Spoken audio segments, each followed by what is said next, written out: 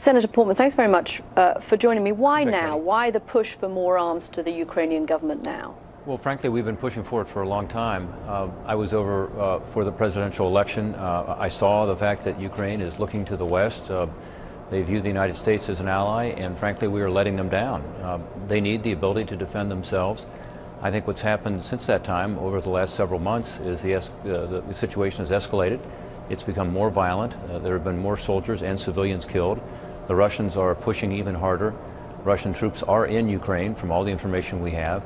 In addition, they are continuing their strong support for these separatists. And we, at a minimum, when I say we, I don't just mean the United States of America, the NATO countries and other allies around the world ought to be providing the Ukrainians the ability to defend themselves. Right, but the idea of giving more weapons to the Ukrainian government, as you know, puts you at odds with some of your European allies, and not just at France and Germany. You've had the NATO commander, Philip Breedlove, saying that this could trigger a more strident reaction from Moscow. I think he could have said that with some credibility months ago. I think it's very hard to say that now, because we have held off. In fact, we haven't even provided the Ukrainians the non-lethal aid they've been looking for, and they were promised, including ambulances, Humvees, other equipment that's non-lethal. And now we're talking about the fact that the Russians are not, respecting the fact that America pulled back, or that America didn't even keep its promises. In fact, the Russians are more aggressive than ever. So I think it's time to raise the costs for the Russians.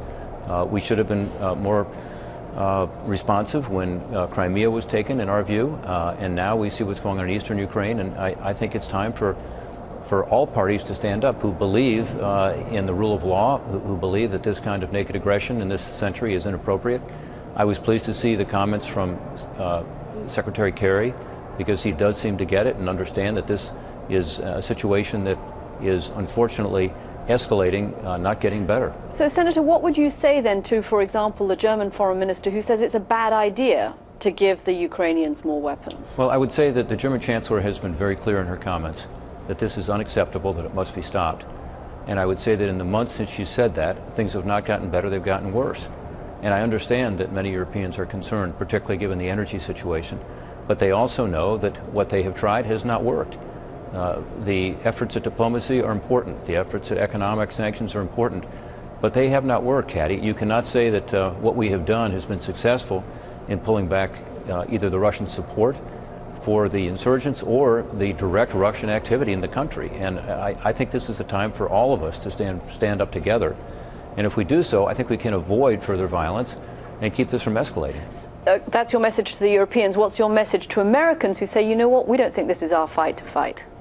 Well, we're not talking about fighting it ourselves. We're talking about allowing the people of Ukraine, who are freedom-loving people, who, as you know, have decided to turn to the West, to the Europeans, to us.